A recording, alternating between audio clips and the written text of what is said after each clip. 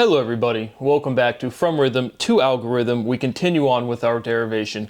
A lot of noise going on in the background, so hopefully we can get through some big progress. As always today, we will be restating the fundamental theorem of physics, as well as discussing one kind of, I don't know if it's an error, but I wanted to lead with, in the last episode, well again, to finish the introduction, what is sensorality? What is the natural definition of sensorality?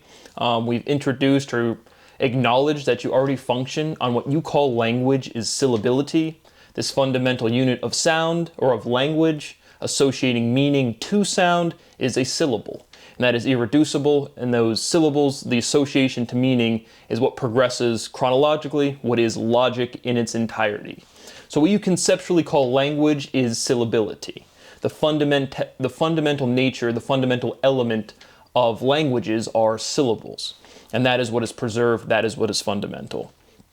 And so, looking ultimately to show that direct iteration, both from the sound, like we said last time, absorbing, sensorality, censorship, sensation, censoring, somehow, again, the direct sound, no letters, no shapes representing the sounds, it should blend to some extent. We'll have a direct theorem, it will be immediately appreciated, because again, the results of language, or the things that people talk about at a cultural level, are all kind of the same things, and that is what we are describing. And so we're showing that consistency of sound, of phonetic, independent objects making sounds. Those sounds reflect the geometric properties of the shapes of the objects moving, and we represent them with shape. That is what is syllability, and it's a huge chunk of analysis that has never been articulated in mathematics. And so it's kind of hard to, again, I don't know what to tell people when, but again, I present my information for anybody to watch at any point in time, and to still retain completeness. And so ultimately, that is what we're doing analytically. This process, if you're just seeing this video, you've probably never seen that. If you know who I am, I probably don't need to give you any introduction at all. But regardless, that is what we are at, but we'll get to the order I want to do it, the same things, the things that are at the front of my mind, and then the derivation steps arriving at these big conclusions in order. And so the first one I wanted to start with was last episode, I said, when you speak really fast, it's kind of more apparent, what I would say with younger people, but just an overall demeanor, overall presentation of information, right? There's more people that don't know what they're talking tend to talk fast. Even in my own presentation, some of these things I might sound like I'm emphasizing words, or I'm talking down to people, or being condescending. I'm just emphasizing syllability, because I've very literally been running around and been saying these analytical processes my whole life, and people have had what you guys call ontological shock in response. And so, but in reality, just like the overall behavioral demonstration of presenting information, if you know what you're talking about, you don't really need to get excited. I get excited sometimes about the very novelty of what I'm presenting, but in reality, like, scientific result is not emotional, right? It is what it is. It's just a fact. It's true or it's not. It's valid or it's invalid. And so, but regardless, if there's a presentation of information that seems mature, that seems informed, when you have a smoother cadence, right? The rhythm in which you progress through things, it doesn't feel rushed. And so kind of in that context, I asked the question, does speaking fast maximize or minimize rhythm? Right? Overall, we have this concept of inversion, vibration, our rigorous definition, a cycle that does not do work, rhythm, a cycle that does do work. We've gone through all of the geometry of how all motion is circular motion. You are orbiting something by nature of moving. I'm not going to restate all of the arguments or rederive them. But we have this rigorous definition physically of what a rhythm is and what a vibration is, and then we have contextual usage of those words, right? If you want to do something most efficiently, you form a rhythm. Is that minimizing or maximizing? Is that minimizing or maximizing what? Right? Minimizing inefficiency maximizes productivity. I mean, that's what a rhythm does. But on the exact immediate consideration we had was, does speaking fast, is that a maximum or a minimum? If I talk really fast and I still articulate the syllables and you can hear me, am I maximizing or minimizing? I am minimizing the time it takes to articulate a given idea, a given sentence, a given piece of syllability. I'm maximizing the information I can transmit. Again, this overall process of inversion. Sometimes we say the word rhythm, sometimes we say the word vibration, sometimes we say entropy, sometimes we say energy, sometimes we say velocity, sometimes we say viscosity. That's more to the definition. Specifically, does speaking fast maximize or minimize rhythm? Forming a rhythm maximizes efficiency. And so again, you're both maximizing and minimizing. Again, this inversion process, opposition, this fundamental stability of two, as you have opposition, right? A minimum and a maximum, they're still bounds, right? It's a boundary. And so just wanted to address that. Speaking fast, again, is both maximizing and minimizing, and we have this overall inversion. Again, this fundamental physical dichotomy is what people call mathematically inverse. And so wanted to lead off with that directly from the last episode, leading me into the restatement of the fundamental theorem of physics, the most comprehensive thing we can say about all physical things. And this is going to be another fun one for Professor Carroll out there, right? Energy requires space. You do not have movement potential unless you have something to move. And I don't want to say the word move through here. Kind of, we'll get back to that a little bit. Had some more progress there, or again, development. But energy, the full-fledged thing, definition of how energy is defined right now, the capacity to do work. Work requires movement, therefore energy is movement potential. But then, right, what is required to have the potential for movement? Friction. Energy requires friction. What is space to friction? Right, you can't move if you do not have friction. So to have movement potential, you need friction. So therefore, to have energy, you need friction. Energy requires friction is the fundamental theorem of physics currently. All of this logical structure reduces. But that is a huge one. That is another one, like energy requires space, is the direct immediate theorem that produces the conceptualizations of physicists right now today saying dark energy is inherent to space. Now, you can't have movement potential if you don't have space. And as we've just recently proven, space is nothing. Space is no thing. If there is no resistance in front of me, I can move. It's not through space. Space is nothing. There's a mass gap, both internally and between here, my pen, my finger, and my pen. There's air molecules, but they're not dense or bounded anywhere, so they just move out of the way when my finger moves. But my finger is moving through nothing. No thing is in the way of my finger. Space is nothing. Work requires movement. Movement requires friction. Energy is movement potential. You do not have the potential to move without friction. Right in your face, Professor Carroll, you're still a criminal. And seriously, any sort of legal citation, again, we can go back to the actual law. What is intuitively understood as morality is the law you cannot break. All of what is recognized in jurisprudence, which is tort law, as common law, judicial decision, is straight up wrong. Morality is common law. The common denominator is morality. The shared awareness of experience, of what is acceptable, what people agree to, and what people don't agree to. Violations of consent is what law preserves. And so to all of those people behind closed doors that have been told, here's some law that says you cannot acknowledge Brad in any way, that's wrong. You are doing the wrong thing, both statute, common law, and historically you don't want to do that. But we live in a place with people with their heads cut off. So again, continuing to emphasize that, but there's nothing I can do. Again, people lie, cheat, and steal, commit conspiracy, racketeering, and fraud as an instinctual reaction. But energy requires friction. And that is extremely poignant. That was a good one. And then from that, I wanted to re-arrive again, what is sensorality? Overall, we're coming to this conclusion, this description of a concept, censorship. Directly, sensorality is censor, that complete concept with the word or the phrasing, the syllability, ality at the end. Generalizing what is censor, sensorality. But then we have this fundamental irreducibility comprised, or the components, the syllables of that syllability, sensorality. And so we're finding some sort of completeness within that, with consideration to this inversion, the linguistic representation between energy and entropy, velocity, viscosity is internal. Those letters change. And so that is what we were doing. And previously, during the editing, I'll put up which part, but we had proving spelling and consistency.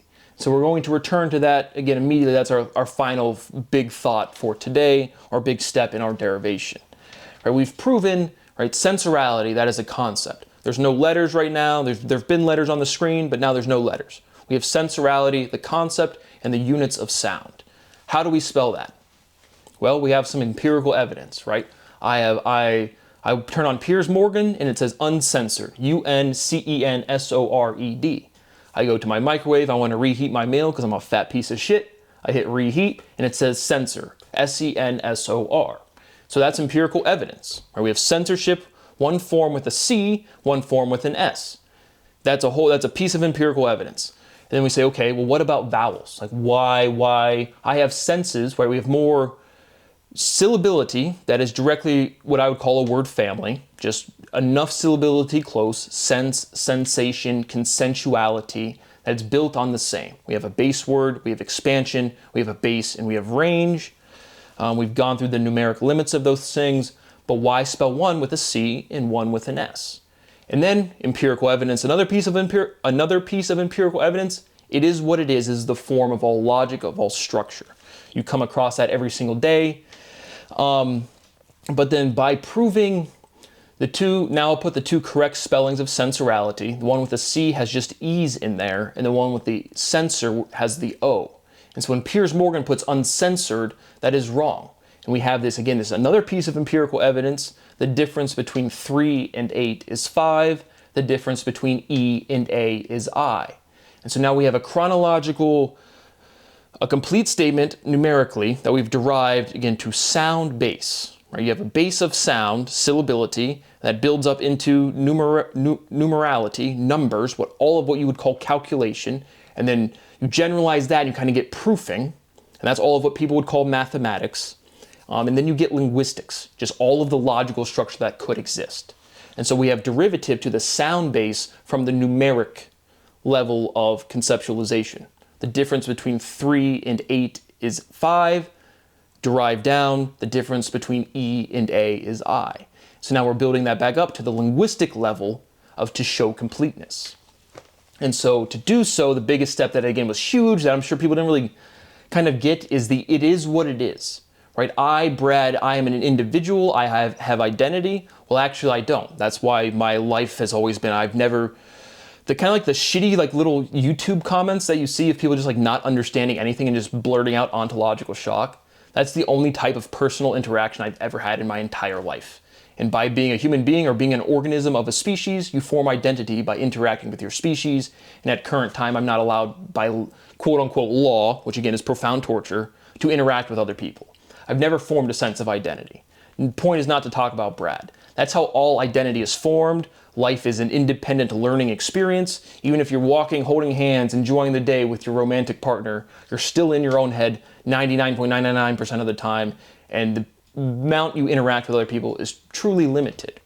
And so I have senses with an S, I am a sensor with an S, and that preserves consistency of our general logical frame. It is what it is, because I sensor, I space SENSOR, space is no thing. We contract that syllability and it produces is. And so I see that chronological representation of sound to syllable, letter to sound, doesn't contract to a word. So it's not consistent. So that was a huge, massive step. It was one of those that I got personally excited, and I'm sure it's like linguistics has never been developed anywhere, so I'm sure a lot of people didn't get that poignancy. But at that point, we had proved the consistency of why I spell censorship when I, Brad, choose to filter something. That's censorship with an S. When my notebook falls down and hits my legs, that's filtration. The mass of my notebook did not go through my leg. Right? That's censoring, but it doesn't have sentience. So that's censorship with a C. And then we've gone through this, we've gone through this iteration. Censor iterates to denser, iterates to dent, iterates to identity. Right? That is literally the conceptualization of sensorality with a C contained in with a sensorality with an S. So that's why if you follow this derivation, we've said sensorality with a C a lot less, and then at that point of direct iteration of the letters, we've contained that syllability. But we have to make this differentiation Because again, sensorality is sensorality. And we're just showing this internal completeness of the syllability with conceptual consistency to the rest of ontology. Again, super poignant step. I'm sure no one followed it truly. But those were the three big things. Energy requires friction. You do not have movement potential unless you have friction. And then re-emphasizing the spelling of these two different things. Because that's what we lead off, right? We say sensor with a C, sensor with an S, but I don't spend a lot of time on it because it's kind of like the final, it's the proof. It's the reduction, the completion of the syllability. But we have to make these differentiations. And again, linguistically, they're already there conceptually. When we say censorship with an S and with a C, those elements are already out in the wild. Right? I didn't tell Piers Morgan how to spell censor. I didn't tell people, GE, who programmed my microwave, how to spell sensor. But now again, the difference between E and A is I. And again, this is all already completed. Like I said, I'm just walking through this complete novel derivation because nobody else can do this shit. But that was wanting to re-emphasize those three big things at the forefront of my mind. And now moving through the derivation steps, this is probably going to be a long one. Vowels are not consonants. Are consonants constants? Natural definition, again, natural definitions is this closeness of syllability. Letter, shape representing sound, representing the same concept. Because again, false cognates don't exist. We just live in this overall environment of general relativity. There is chronology, there is etymology, but you just have enough association of sound to meaning and enough intermingling of culture that it doesn't matter. People use loan words, that's what they call it. But false cognates don't exist. Do constants resonate? Again, overall resonance, consonance, what is iterating, what is changing, what is fixed in relation to what? Is resonance constant? Is vibration resonant? Are vowels consistent? Is A? Yes. Are sensors physical? Is sensorality physical? Right, a sensor is a physical thing. Is sensorality? Right? No, we've literally generalized sensor with the word form quality, but just as a suffix. Right? Ality is this generalization logically. What is evisceration to obliteration? Sensorality is literate. Sensorality obliterates.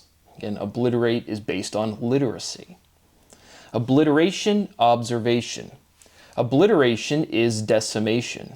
Obliteration is pulverization.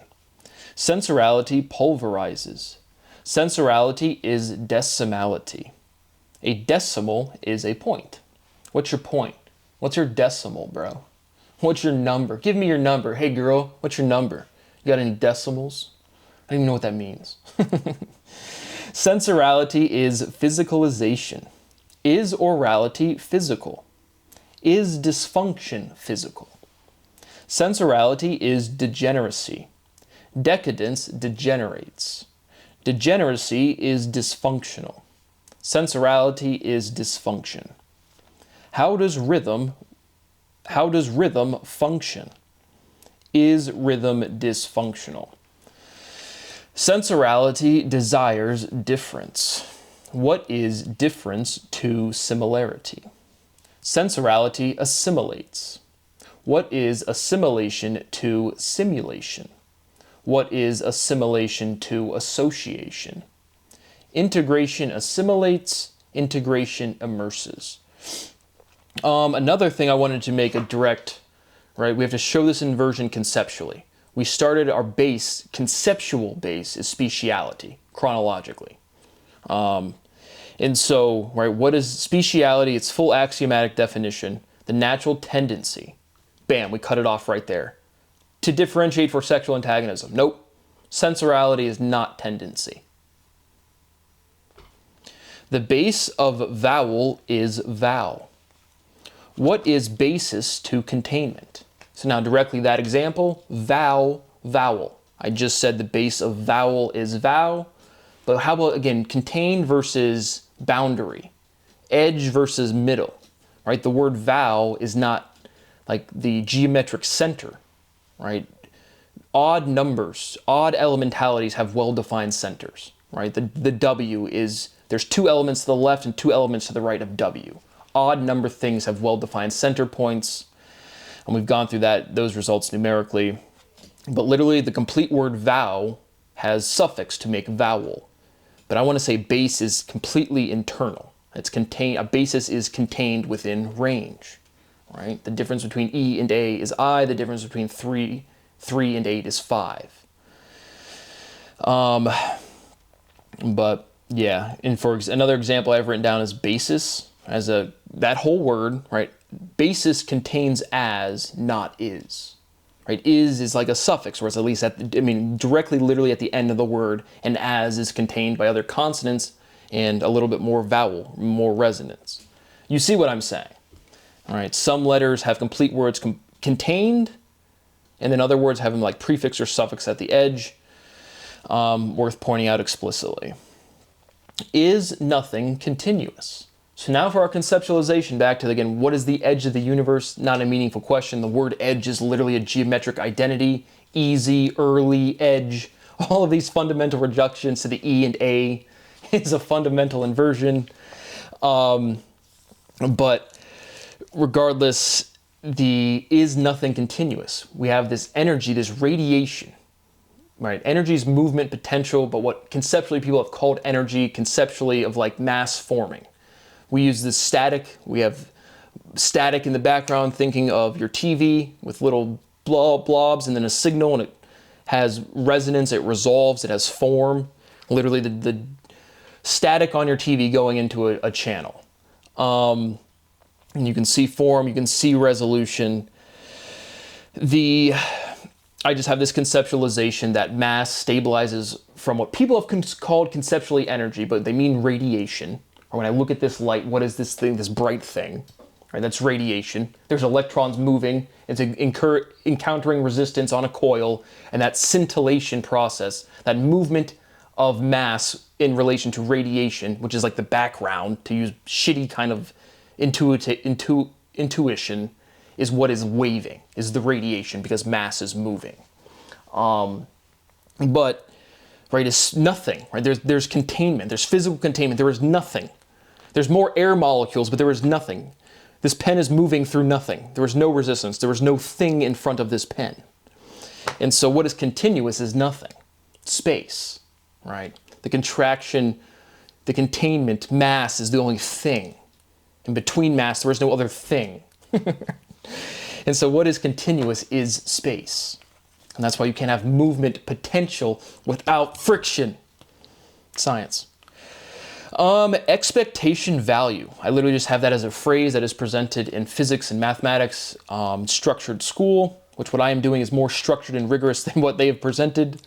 But you can literally see my analysis and analytical process. If it's like, here's a chunk of real thing in this context of Johnny not knowing what he's talking about, but he's the physicist and Brad's the student, and that is not the case.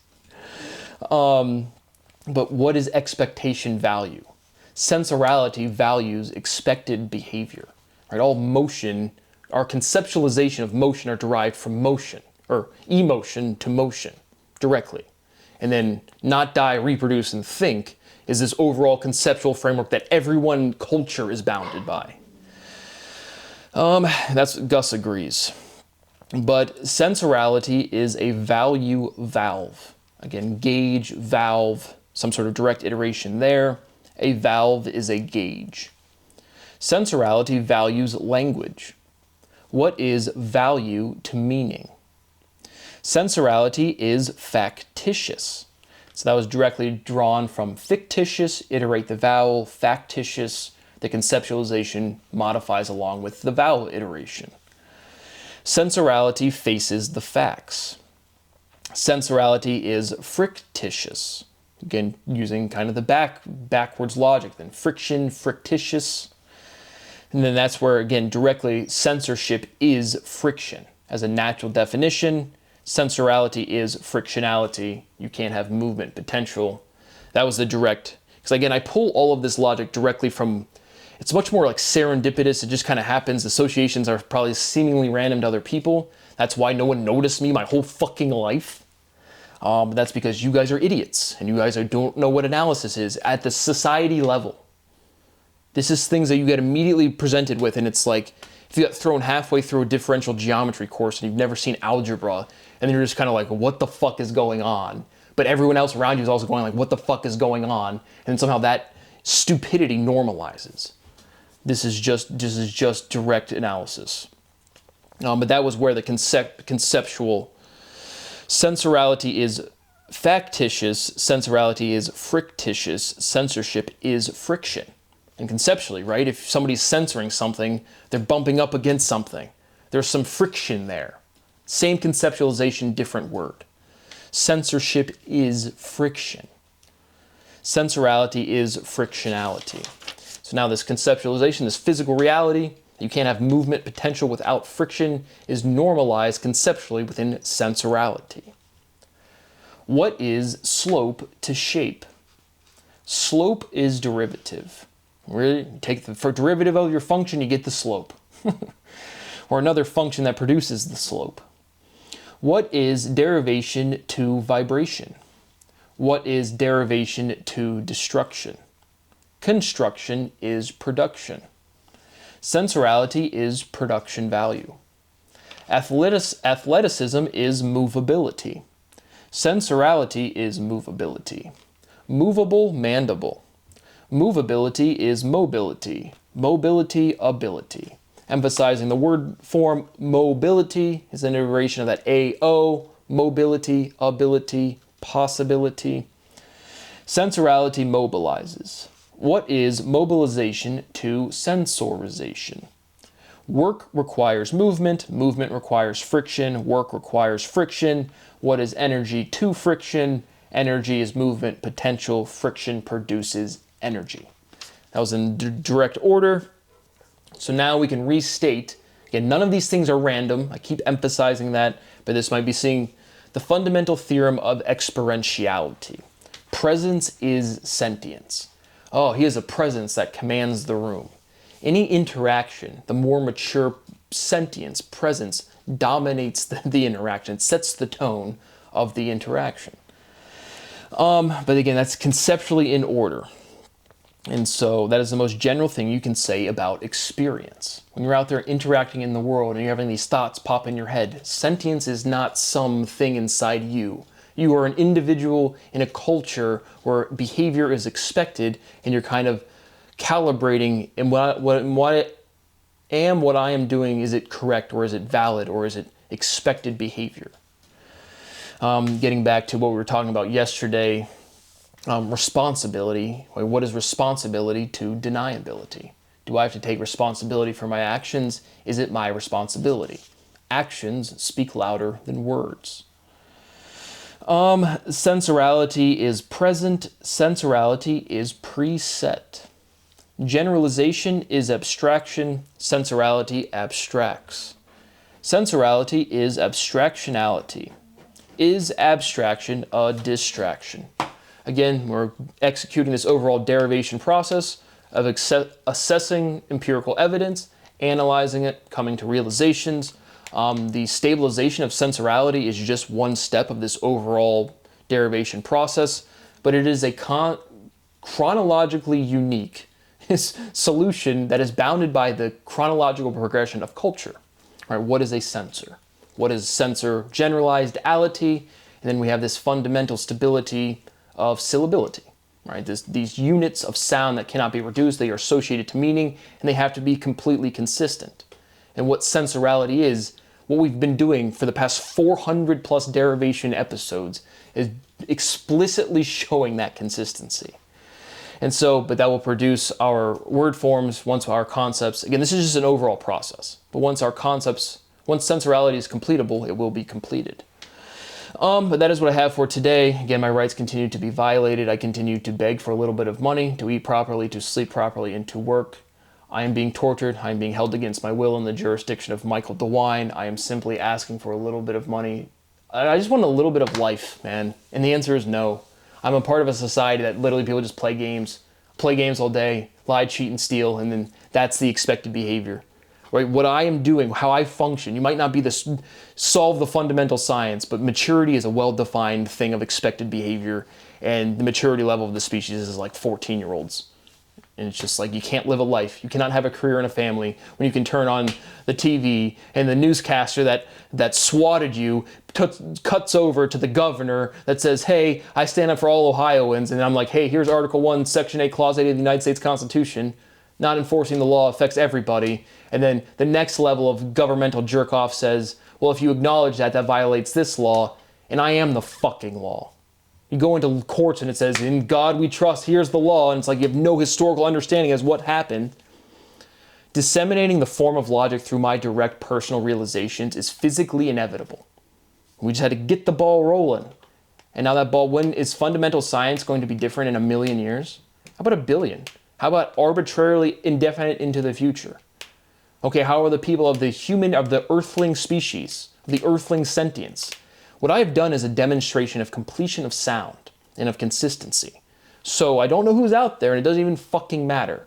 In my environment, I am the fucking person that I am the authority, and it's not Brad has control or Brad owns anything. It's nobody owns anything. I am Brad. Here's what I've contributed to the environment. Who the fuck are you?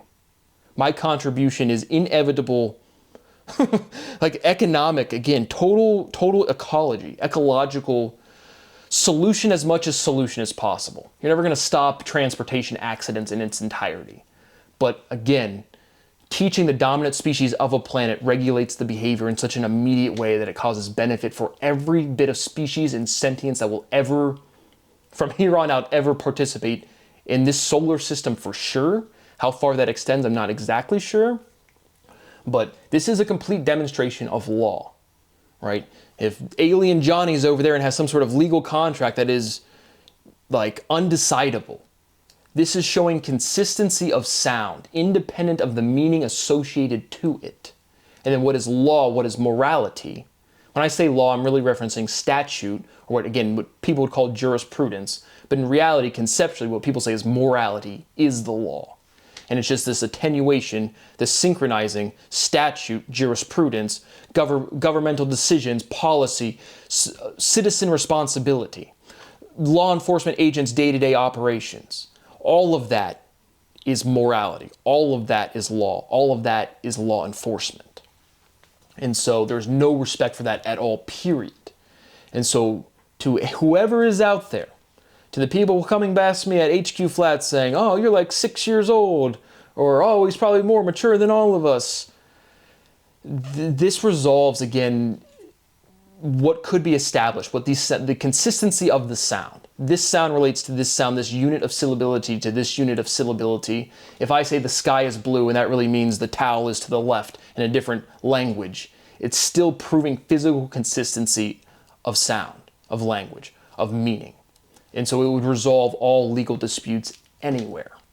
So I just don't know how all of the sentience that I've interacted with, which is more than I've said publicly, and which is more than the people that, again, at the highest level of the intelligence agencies, which is not just human, you guys don't have interactions with somebody like me. You've never, it's very apparent that you guys don't know what you're dealing with here. It doesn't matter. You guys are violating the law. I'm going to make a whole episode. It's just so not relevant. It's just so not relevant. What's, again, the UFO, UAP shit. I mean, like, what's going on publicly is just like, it's not even worth responding to. Again, I'll make a whole video on it. But the dissemination, right, of physical ontology is inevitable. And that's what I think the people at the highest level know. The whole public has no fucking clue. But that's what's going on. And once again, you can't stop the ball rolling once it starts going down the hill. Regardless, again, I'm just over here trying to live have some quality of life, and I just know no one cares. So I'm documenting as much as possible. Obviously, I'm the only scientist. I'm the only law guy. I'm the only mature person. I'm the only adult in the room. That is what I have for now. Thank you for watching. See you on the next one.